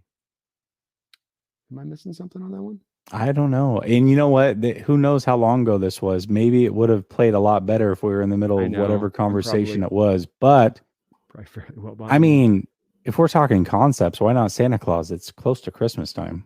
Yeah, let's talk in Santa Claus terms. Tooth fairy is kind of scary. I don't know if that horror movie that came out, but I always viewed it a little differently now. Yeah, exactly. Thank you, Lester, the $2 donation. Appreciate you. Sorry if we're a little slow on the acknowledgement on the donos, by the way. We're having a good talk, so it's hard to get over to you guys on the donos list. Randall with the $5 dono says, just subbed to your buddy's channel. Hope I don't get a bunch of Niners session now. You're on the algorithm, Randall. You get last second Spores. You got Grant Cohn coming down. Who's the other Niners that he's getting? What else is about to flood the gates there for him? Well, I appreciate you subbing. Definitely. We'll take the subs, man. We're trying to make that push for 10,000. So I do appreciate it. And, just anytime I do this on my channel where we go behind enemy lines, I always encourage all of my followers to go sub to their channel. If for nothing else, if your team wins, first of all, if you guys lose, it doesn't even exist. The sub, just stay subbed and don't, show your face. But if you win, oh man, you get to roll into the chat feeling good about yourself, talking all sorts of trash. So it's a good place to be as a subber. No better place than an NFC stream that you get to dine on the tears of your opponent. The tears are tasty. They're not salty at all. It's honestly like fine wine that's had 100 years down in the cellar is really a little bit like the equivalency on that one. Yeah. Well said. And yes, if you guys haven't, by the way, I mentioned earlier, but just again, this is Jessie from Last Second Sports here on YouTube. So if you've not subscribed to Jessie, go over to Last Second Sports on YouTube. I will put it down in the, I'll actually put it in the comment. We'll just put it in the comment at the end of this. But go over there and do get subscribe to him. He does great content over there. There's some great breakdowns. You want to know what's going on in enemy lands. You want to know what they're up to, right? Know what your enemy's doing. Because if you're not paying attention to them, they can sneak up on your back door and invade you overnight. Okay. So we don't want that to occur. Thank you, though, Randall. And I appreciate you subbing up on that over to Jesse's channel on that. A Y2KH with a $5 dono says Pete and Carroll definitely re-sign Geno. Walker versus the 49ers if he plays, or James Conner versus Denver's. This is the playoffs. Man, and I got to say this, not the only fantasy league, by the way, that is in the playoffs early, but with bye weeks going on, why are commissioners not pushing the play? If you're the commissioner of your league, then you're doing it wrong, Y2K, but hopefully that's not on your shoulders. But man, there's still bye weeks going on. Playoffs shouldn't start till next week. However, if I'm having to play one, I'm going James Conner. 49ers defense, man, is not anything that you want to play with. I know Denver's got a good defense as well, but that team is falling apart. They've got really nothing to play for at this point. They're not bought into what the hell's going on over there, and the 49ers are going all in. Plus, in my opinion, something about playing guys on Thursday, they just never show up the way that they're supposed to. So I think Walker in another situation I would probably take, but this week I would go James Conner. That's me personally.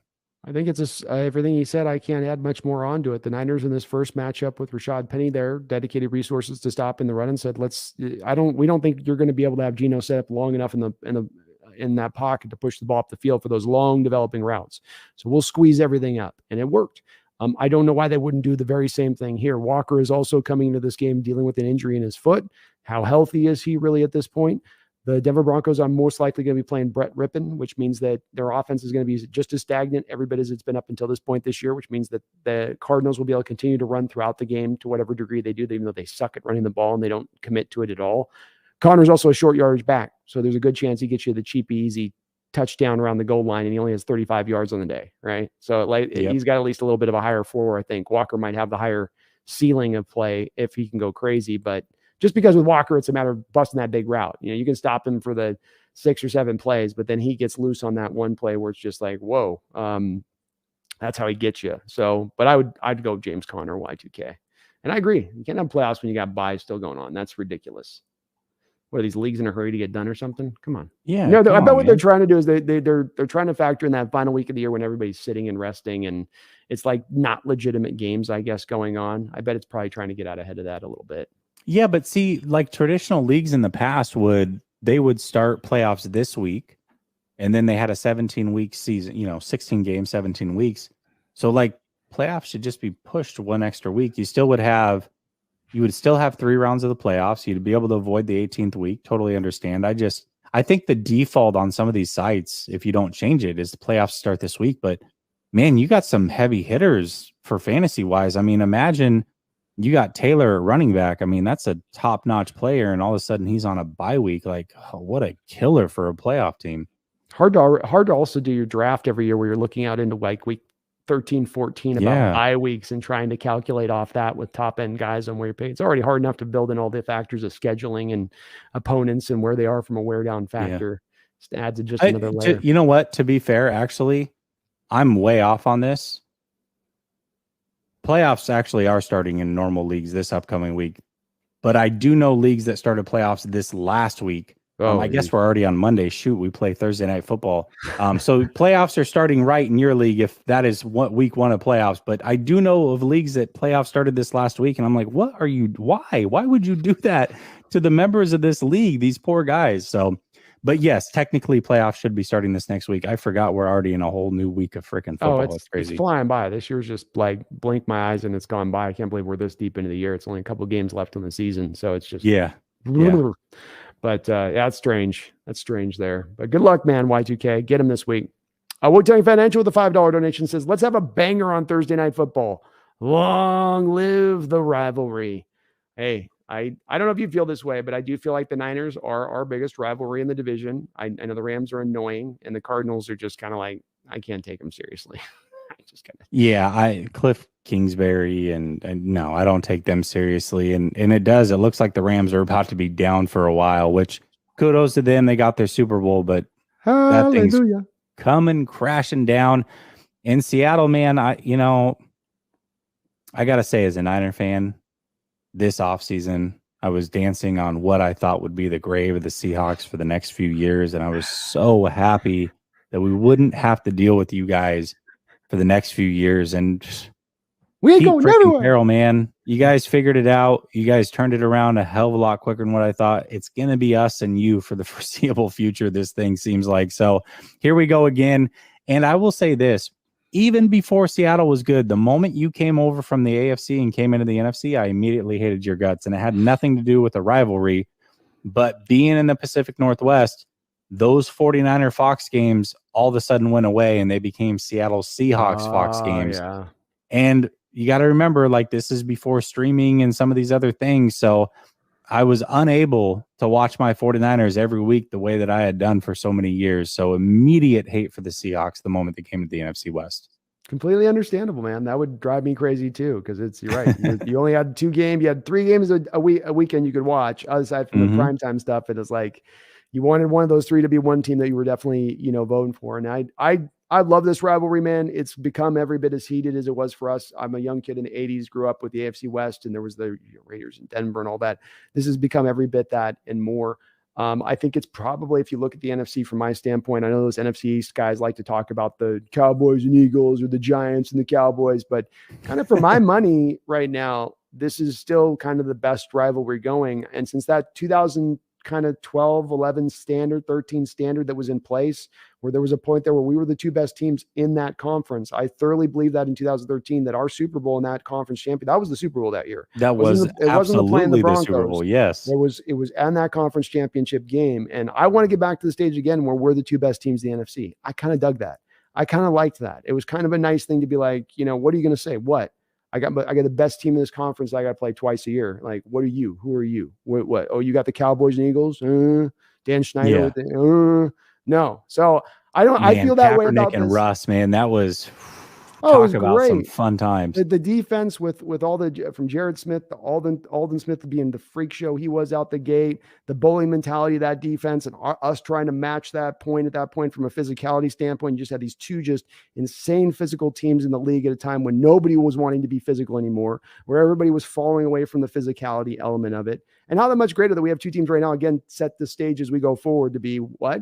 Physical, play some defense, be mean about it, try to be both. I love it. I'm here for this kind of football. I love throwing the ball around the park, but I'm all for the old school. Let's get some knuckles bloody and let's hit each other in the mouth for 60 minutes and see where the cards fall where they may. Yeah, and I'll never forget, man, when Cam Chancellor took Vernon Davis's soul. So that's something I'll always remember. That hit was insane, dude, wasn't it? For a modern hit and keeping his head out of it and not being a dirty one. Holy mackerel. One of the hardest hits I've ever seen on a football field, and testament to the tight end getting up and being able to just stand up off of that hit. I mean, hit him so hard as like the sweat came off his face through the face mask. Like, Cam was freaky, man. Brutal. He was freaky. Oh, thank you, Pumpkin. We got a pumpkin. I got a cat named Pumpkin, so we've got to use this creative pumpkin. Thank you for the $2 donation. Says, go 49ers. Also need more salmon treats. That's really funny. That's really funny. Oh, that's awesome. Pumpkin, hit me on Twitter. I'll get you a picture of my cat so you can get the actual picture of my cat in your profile photo. We can update. That is hilarious. The cat, and your cat's a 49er fan. That's great. Oh yeah. Well, that's it. My cat looks like that too. She's orange too. So you even chose the right, wrote the right color emoji for cat. That's emoji. legit. I love it, man. Oh, man, good luck with you guys on that. Mr. Kane, my brother from another mother, says, thank you for the $5 donation. Says, gotta go, but like and sub to both channels, y'all. Great content. Appreciate the different perspective, Jay. I take Jalen Carter, but if not, trade back. Yeah. Go Hawks. Well, thank you, Mr. Kane. I thank you for the $5 donation. And I'm, me and you, we think of like on this thing. I'm the same like-minded trade. Trade back first. If not trade back, Jalen Carter is awesome. I'm not as sold on this Will Anderson generational defensive talent stuff, Jay. I keep hearing that at every damn turn I look around. Turn on the tape of the guy. I don't see a motor. I don't see refinement in his pass rush repertoire. I don't see a lot of first step quickness or bend. Kind of wonder where all the hype comes from with that guy. A lot of productivity last year from him last year in Alabama. Maybe he's just that dude and I'm not getting it. I have guys every year that I kind of just miss on where I can't quite get my head wrapped around who they are, how great they are. Have you had a chance to take a look at Will yet?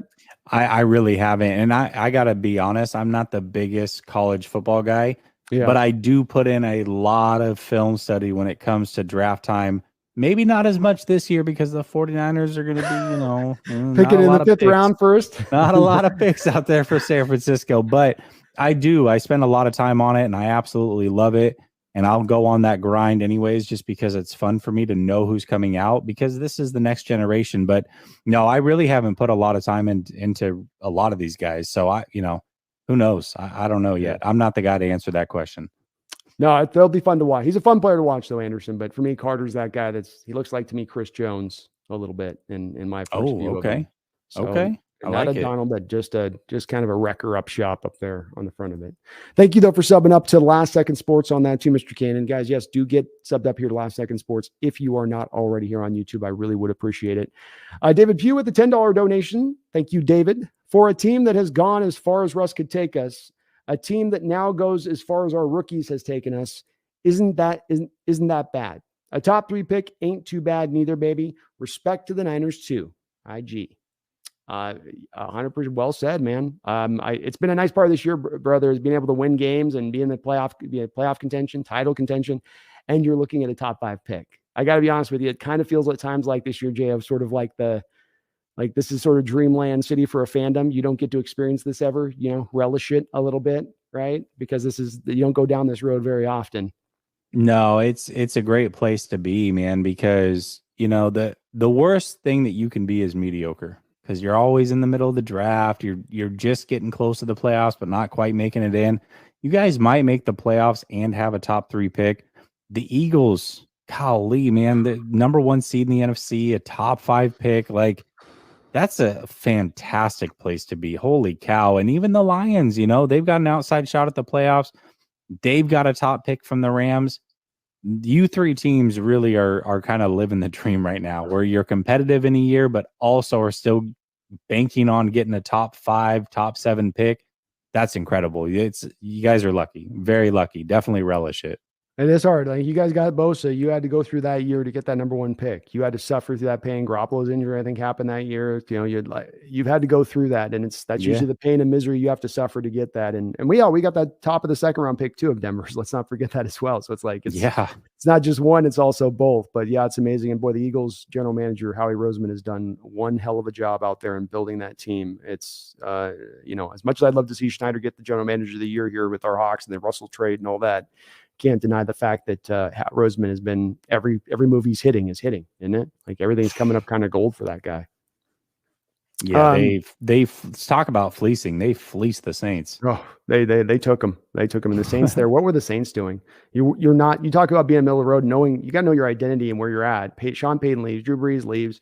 You've been dealing with this $80 million over the cap every single offseason, and now you're gonna try to go for it now.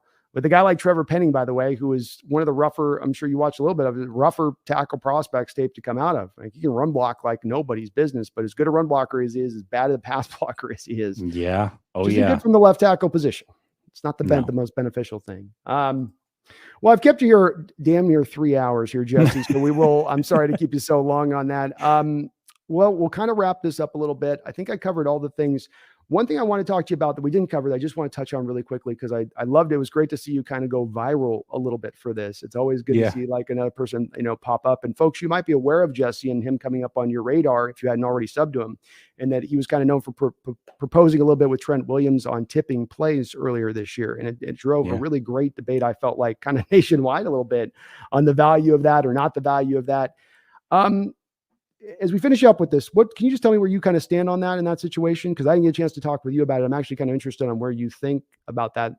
Does it matter? Does it not matter? Does your perspective change from when you first kind of brought it up?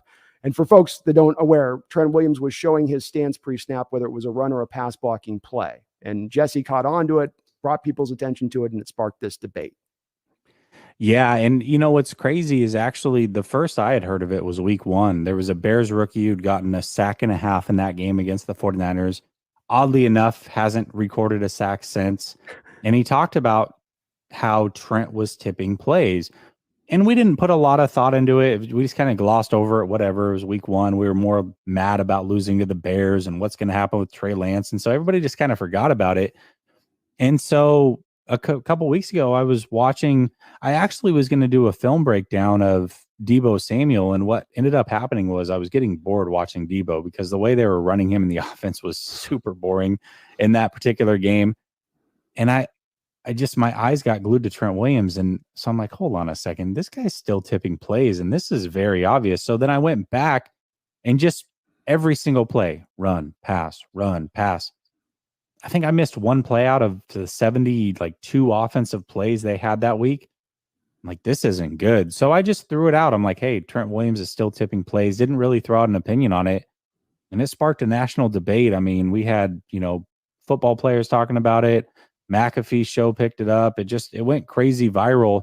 And a lot of people were really upset about it, and I think they lost the concept too of the response I got mainly was, well, it doesn't matter. He's the best left tackle in the game. And I'm like, hold on. The point of this is not Trent Williams.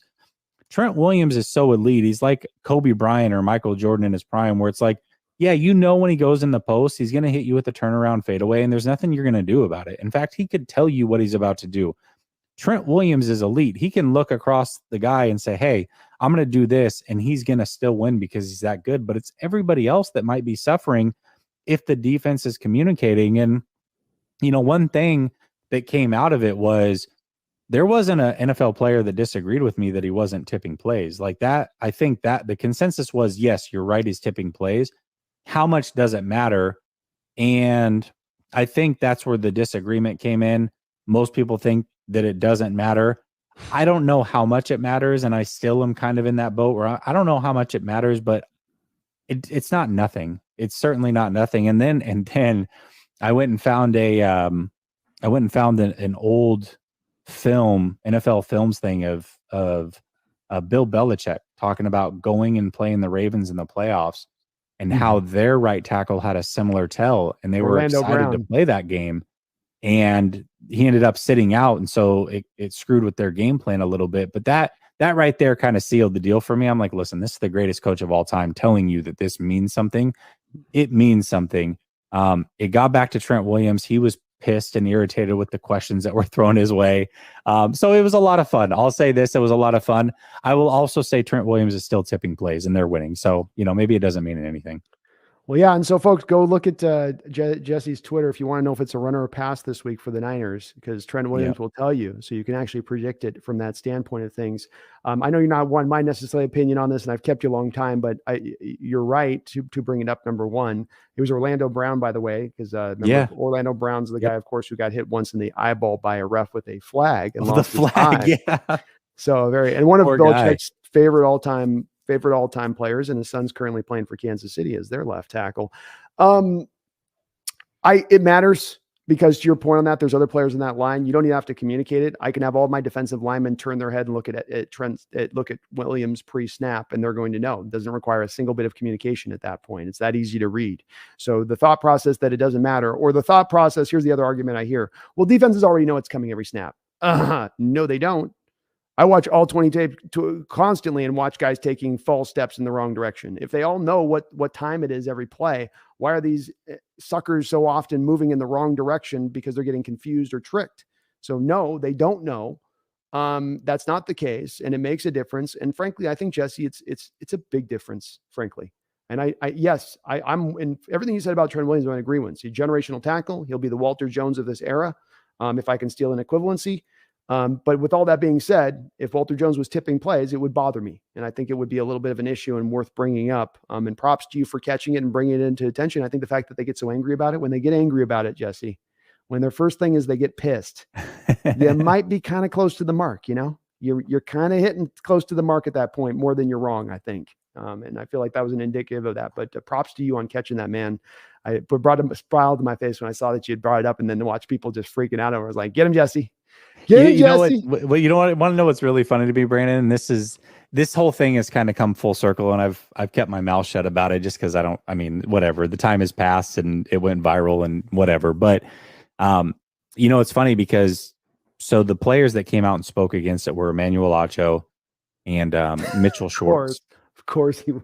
Yeah, so it was Emmanuel Acho and Mitchell Schwartz, and everybody's like, "See, you're an idiot. These players are telling you one thing." Well, you fast forward 3 weeks, Emmanuel Acho is getting blasted for having one of the worst NFL takes of all time. Schwartz had a terrible take this week as well. And Jerry Rice came out and said, went on his Instagram and said, Shanahan, can you please stop running your elite players like Trey Lance and Deebo Samuel up the middle? I would like to keep these guys healthy. And it's funny because all the same people that told me I was an idiot because Acho and these NFL players came forward and told me how it was, they don't want to listen to the great Jerry Rice when he has an opinion. All of a sudden, his opinion doesn't matter. So I found that an interesting contrast. It's amazing. It's amazing. But that's, that's the world you get in with this kind of game with it. It's like, this is the game we play a little bit, Yeah. but it's well caught by you to bring it up and because it wouldn't have been brought up otherwise. And who knows? I mean, to a degree, Jesse, I'm not trying to say give pro props too much, but if it was something that, I mean, what if Trent went into like a playoff game they needed and he's like, this week, I'm not going to do it. This week, I'm going to play my stance straight up and catches a team off guard by doing that. Yeah. And you've set the stage for that to potentially happen. And that's where we don't ever, as commentators, have an ability to have an effect on what's happening, especially an effect in a positive potential way. And if it's something that does correct it at some way down the pathway and that respective things, and you had an impetus to doing that, deserve props for doing it. And again, how hard is that from our standpoint and the 10,000 miles away view we have of things to have that kind of impact and effect in that way? So that's why I wanted to bring it up as much as anything, is to give you the props, but also just well sought by you. And that's what a great fan should do when we do this type of stuff, is to kind of catch that kind of stuff. Thank you, man. I appreciate it. Hell yeah. Pumpkin with another $5 don't know. Thank you, Pumpkin. Wow. Says, I'm serious about those salmon treats. Well, we got them right here, my man. Right here. So as soon as this goes, as soon as I finally relinquish Jessie here in a second, she's going to be having a mouthful of these salmon treats. I think these are technically shrimp, but it all is the same thing for them. Thank you though, Pumpkin. I appreciate it. Feels weird to say that, by the way. Thanks for the donation, Pumpkin. Adrian, next to the $2 donation, says, I was late to this amazing stream. Any predictions? Well, it's a good time for predictions as we wrap this up, Jesse. I haven't asked for you. I've given you mine without you wanting it. I've told you that your 49ers are going to lose, so I suppose turnabout's fair play. Give me a final prediction for your Niners traveling into the Pacific Northwest this Thursday night. Man, I think this game is certainly going to be a lot tighter than what it was last week. The offense is clicking. We put up over 30 points a couple weeks in a row. I don't see that happening. I think Geno's probably going to do a good job protecting the football this week. I think that's one thing the 49ers have really started to run away from teams because they're getting a lot of turnovers. I don't see that from Geno this week. I think Geno's going to play a pretty sound game. Maybe he'll give us one, but I could see Brock Purdy maybe giving y'all one too and throwing his first interception in a game that he's actually played all the way through. So I'm going to go 24-17 49ers. I still think this defense is legit. I think this defense is gonna hold the Seahawks down, especially if I don't know if Walker's gonna play, but I know he's not healthy. That helps the 49ers out. And I think that it's going to be a little bit of a defensive game. I think the 49ers are going to come in with a game plan that we're going to grind it out, go for 30 plus runs. I think that's the smart thing to do here. And ultimately, the 49ers pull it out, but it's going to be a tight one, 24-17 Niners. I'm going to probably just go ahead and match up your score there and just take your score with it. I've said there is a pathway to us winning this game where it's a low-scoring game and it's just kind of gets to be a bit of a meat grinder where nothing, it's a Thursday night game, sloppy, nothing's working. You guys are just get that that's your pathway to winning. And do I think that's going to play out? Probably not. And it's probably a minimum of a one touchdown win. I think I'll go to that point just because, like you said before, these division games met out this way one way or another, especially being a Thursday night. So fortunately, I can't see us getting this win right now. We can't create any holes in the running game right now, Jesse, especially our interior of our line just cannot move guys off the ball. You're not even getting the 3 yards, right? We're not even getting to that point that you can get on a low end point of a run game. We're getting like -1 right at the line of scrimmage. And I don't know how we do any better against your guys' team right now that is doing so well all the way around as far as your defense is concerned. I mean, you put the clamps on Brady last week. You guys were choking him out. I saw this still with literally, yeah, that was brutal. It looked like you remember Mad TV, Fire Marshal Bill? Yeah, it did look like his whole look. It was like his over. No, that was in Living Color. And Living. Sorry, I got my. I know which one you meant though. Yeah, in Living Color. Let me tell you something. Let me tell you something. Yeah, that's what he looked like there. It's crazy. No, listen. Let me tell you something. Well, thank you, Adrian X, though, for the double dono. Actually, another donation says, if we stop the 49ers attack, do we win? If we keep you guys under 100 yards rushing in this game, do we win, Jesse? Well, I mean, that's your path to victory. Listen, Purdy's playing good football, but he's still the last pick in the draft. He's still a rookie. I think if you are in a situation where you have a small lead and you've got to force Brock Purdy to go win the game and everybody knows that it's coming, that certainly gives you the best chance to win, because you got a player like Woolen out there that can certainly ball hawk. We're down our wide receiver and Deebo Samuel. I think that is the best chance to win. I still fully rely on this defense. I think if it comes down to, hey, which defense can pin down the other offense, I think the 49ers could still pull this game out because of the defense, but I'd feel a lot less good about it if you can hold us under 100 yards rushing for sure.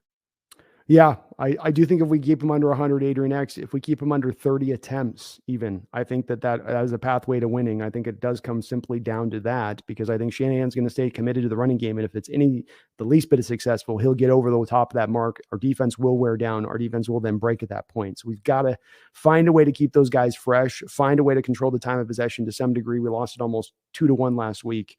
And if that's the case this week, it's going to be an easy win for the Niners if they can get a 2-1 over that 30 carry mark.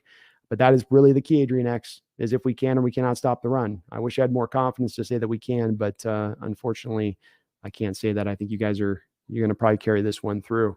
Last question on my list I just wanted to ask you on this, a fun question, is Tala Hufanga going to be the next Troy Polamalu?